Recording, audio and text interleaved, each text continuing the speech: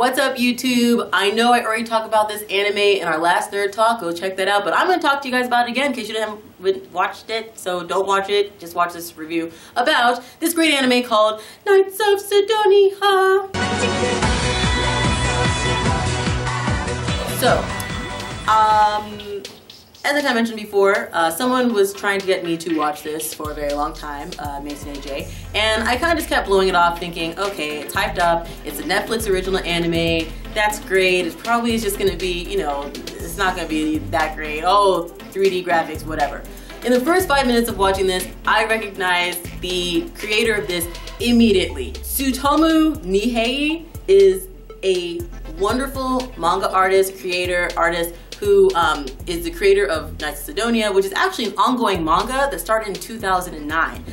I don't know how I didn't know about this until now because I have read two of his works, Blame and Biomega, which are amazing. He has a very good way of throwing in very organic and industrial atmospheres and making these very long, drawn-out scenes that really like kind of draw you into the page and realistically make your eyes wander around the page because you're just kind of looking at the detail of his art. So the story revolves around this character named Nagate, who is realistically the only real human-esque character in this entire anime, this entire kind of realm. They're in space, going around on a ship called Sidonia, and he maintains his humanity. He was kind of raised underground, where everyone else on Sidonia is kind of evolved. They have people who photosynthesize, which means they get their energy from the sun. They only have to eat once in a while.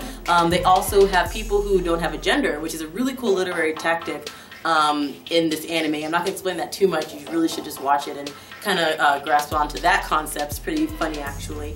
And he gets out of the underground. He's been learning to fight in the simulator for these mech suits called the Knights, and joins a school where they're basically trained to fight. You know, it's kind of like, it seems pretty generic story at this point. They're learning and training to fight these things called Gana, which are made up of Higgs particles, which can only be killed by these special spears, and there's only so many special spears. So it kind of creates that sense of urgency and emergency where, okay, there's only so much that we can do to beat these things and such and such and such. Ultimately, they haven't really seen any Gana for a while, except, oh god, this anime starts and now there's Gana. I haven't seen them in 100 years. So they have to fight these Gana off, and Gana are these disgusting amalgamations of these like jelly-like beings, or kind of like fishy and gross and disgusting. They float around in space and they eat people.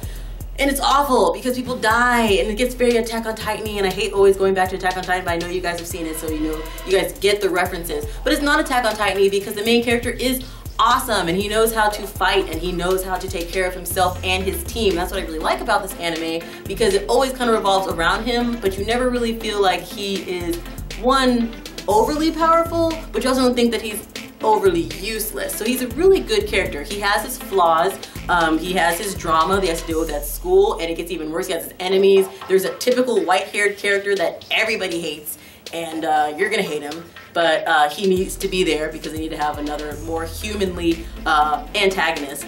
And it just is an overall great story. I think I really compare this a lot more to Pilot's Love Song, where you have, again, like these student pilots who are fighting an unknown enemy, and then there's drama within them and people die. So it's only about 12 episodes. I marathoned them all in one night, and because I'm just so interested to see where everything went.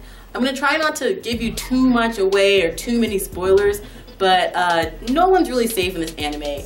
Everybody kind of has their ability to either be heartbroken or killed. So if you like stories like that, a little bit of drama thrown in there, as well as some really great battle sequences in space with mechs, you're really gonna like this. So I'm gonna do that with Knights of Sidonia, but if you guys have read it, or if you don't spoil anything for me, please. But if you guys have read it, like, let me know if it's really good, if it's worth it. And if you guys have seen this manga, or if you guys have seen this anime, then, comment down below, send me a message on Facebook, Twitter, wherever, because I'd love to talk to you guys about it. I tweeted all about it when I was watching some things. So I'd like to have a more discussion about that with you. So anyway, I've gone on and on about Knights of Sidonia because I love it. It really, really, really hit home. I love Nihei's work. I love this anime. I even like the graphics. I mean, they were kind of like original Final Fantasy-esque, you know, like that Final Fantasy movie no one saw, not Final Fantasy Advent Children, but it was still okay. So that's all I got for now. Remember, like, share, and subscribe, and I will see you guys next time.